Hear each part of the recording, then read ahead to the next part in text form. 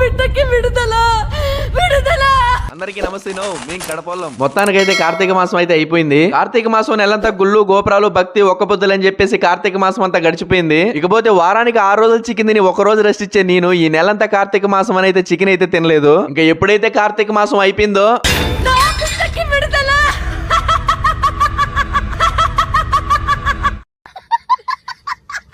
అట్టా అరుంధతిలో పశుపతికి విడుదల దొరికినట్టు కార్తీక మాసం అయిపోగానే నా నోటికి కూడా విడుదల దొరికింది.